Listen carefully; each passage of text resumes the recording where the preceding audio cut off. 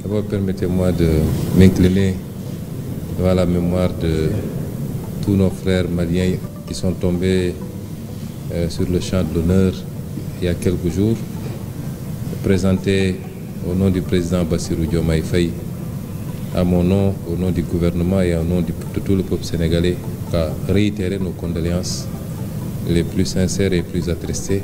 Comme je le dis, le Mali et le Sénégal, c'est un seul et même peuple. Nous partageons tellement de choses qu'on ne peut pas les énumérer ici. C'est pourquoi, quand un tel événement survient au Mali, c'est comme s'il était survenu au Sénégal. Présenter au président de la République, son Excellence M. Assimi Goïta, toutes nos condoléances.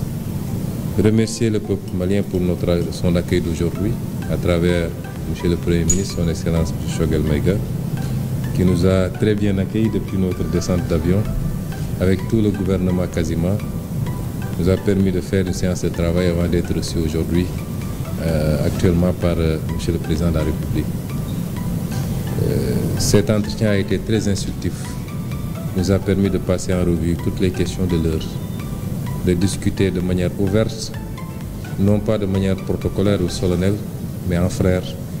Parce que comme je l'ai dit, quand je viens ici, je suis chez moi et je viens parler à des frères. On a parlé sans filtre, comme on dit, pour échanger sur les grandes questions de l'heure, aussi bien au niveau national, au Sénégal comme au Mali, que dans le cadre beaucoup plus large de ce qui se passe dans la sous-région et dans le monde.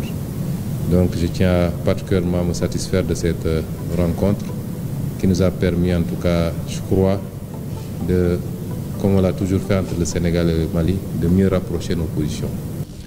Monsieur le Premier ministre, l'opinion pense que de plus en plus vous changez de discours vis-à-vis des pays de l'AES. Est-ce que vous maintenez votre discours panafricaniste? Vous savez, il y a quelque chose que nous devons éviter. C'est de mettre les émotions au devant de tout. Les questions qu'on gère sont des questions extrêmement sérieuses. Il ne me sera jamais reproché, on ne sortira jamais une seule déclaration que j'avais faite avant qui diffère des déclarations que j'ai faites aujourd'hui. Notre position a été très claire depuis le début. Quand nous avions commencé à prendre position sur ces questions, il n'y avait pas encore l'AES d'ailleurs.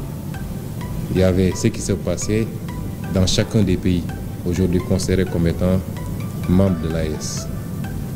Quand c'est arrivé au Mali, nous avons été en tant qu'opposants les premiers à dénoncer. Et on continue à le dénoncer fermement.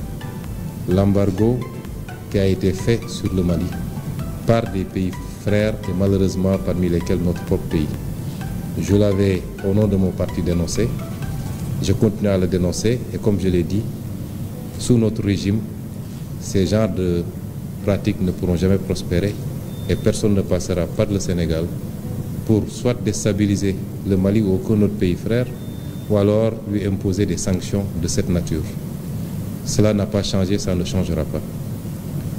Quand il a été question d'une intervention au Niger, ma position a été très claire. De ma cellule de prison, j'avais fait une publication pour dénoncer cela et mettre en garde les chefs d'État de la CEDEAO. Cela n'a pas changé aujourd'hui. L'AES est venu après et personne ne sortira un seul discours où moi, en tant que président de mon parti opposant de l'époque, j'avais dit que nous rejoindrons telle ou telle organisation. Il faut arrêter ces amalgames. Nous n'avons jamais pris position pour dire que le Sénégal va rejoindre telle organisation ou telle autre. Ça, c'est la première chose. Nous sommes tous des pays souverains. Nous nous respectons. Nous devons nous respecter dans nos choix souverains. Et nous respectons le Mali dans ses choix. Nous respectons le Burkina dans ses choix. Nous respectons tout le monde, des choix que nous comprenons, puisqu'on a toujours dit, et je l'ai rappelé bien après avoir été Premier ministre, que beaucoup d'erreurs ont été commises par les chefs d'État de la CEDEAO et que souvent on s'est intéressé beaucoup plus aux symptômes qu'aux causes réelles qui nous ont conduits à cela. Ça n'a pas changé chez nous. Alors qu'est-ce qu'on nous reproche? D'avoir ou d'être en train de travailler pour continuer à réunir la famille. Depuis quand on peut reprocher à un panafricaniste de faire tout pour qu'on reste dans des cadres solides plutôt que de nous diviser? C'est ça là qu'on reproche. Et donc ça veut dire qu'on a changé. Et je l'ai dit, quel que soit l'aboutissement ou le choix qui a été fait, cela ne changera absolument rien dans nos relations avec chacun des pays et les cadres qui seront mis en place. Au contraire, ça pourrait même les renforcer. Il faut que nous mettions les émotions de côté et que nous travaillions sur la base de préoccupations concrètes. Si on se dit panafricaniste, tout panafricaniste doit avoir comme seul et unique objectif de réunir les Africains au-delà de nos divergences. Je l'ai dit tout à l'heure avec le Premier ministre, les Européens se sont fait des guerres mondiales qui ont coûté des millions de vies et ils se sont retrouvés après. Donc, quelles que soient nos divergences, essayons, comme nos aïeux l'avaient fait pour créer l'Empire du Mali qui s'étendait d'ici au Sénégal, au Ghana et partout, nous ne pouvons pas faire moins qu'eux. Et c'est ça notre préoccupation. Mais si un pays souverain comme le Mali considère que les erreurs qui ont été commises justifient de sa part qu'il quitte, nous respectons cette souveraineté et cela ne changera absolument rien dans nos relations qui sont des relations séculaires et fraternelles. Vous partez avec quel message du président Assimi Goïta aujourd'hui? Le président a été très ouvert. On a eu une discussion très franche, très fraternelle. Et j'apprécie bien toutes les recommandations qu'il a eu à formuler parce qu'il souhaite le bien du Sénégal, qui est un pays frère. Donc, les alertes sur ce phénomène de terrorisme et son évolution, les recommandations qu'il a données. Et surtout, on est sur la même longueur d'onde qu'entre le Sénégal et le Mali. Les considérations externes, exogènes à cette relation ne peuvent pas impacter cette relation. Nous resterons unis,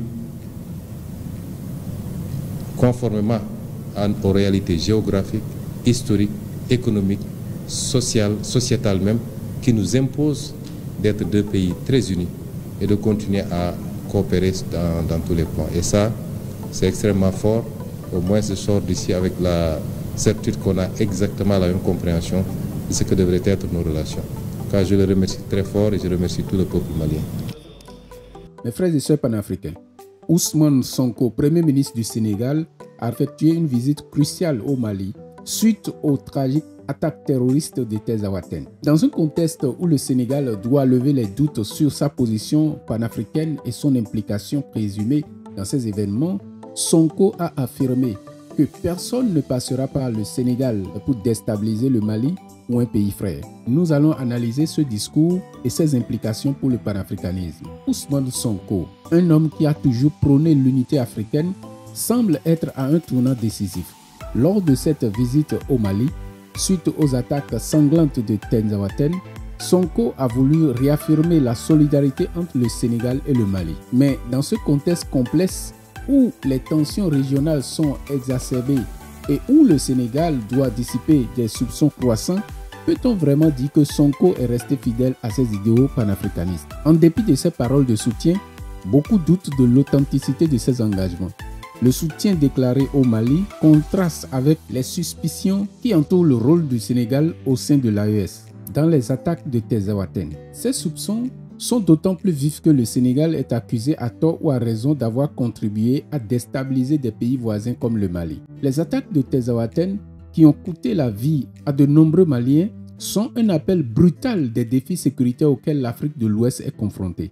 Pour Sonko, ce déplacement au Mali étant l'occasion de réaffirmer sa position et celle du Mali sur la scène panafricaine. Mais avec les allégations d'implication dans des actions déstabilisatrices, le Sénégal se retrouve dans une position délicate où il doit prouver son engagement envers l'unité africaine et la non-ingérence. Le discours d'Ousmane Sonko au Mali nous pousse à poser des questions cruciales.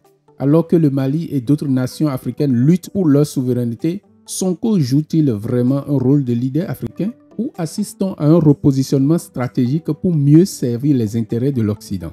Le Sénégal pourra-t-il lever les doutes sur sa position et prouver son allégeance à la cause panafricaine Ou ces accusations d'implication dans des déstabilisations terniront-elles à jamais son image? Le temps nous le dira. Mais une chose est sûre, l'Afrique ne peut plus se permettre de demi-mesures. Qu'en pensez-vous, chers frères et sœurs? Sonko et Diomaye Faye sont-ils toujours les champions du panafricanisme qu'ils prétendent être? Ou y a-t-il plus à découvrir sous la surface? Vos commentaires sont attendus.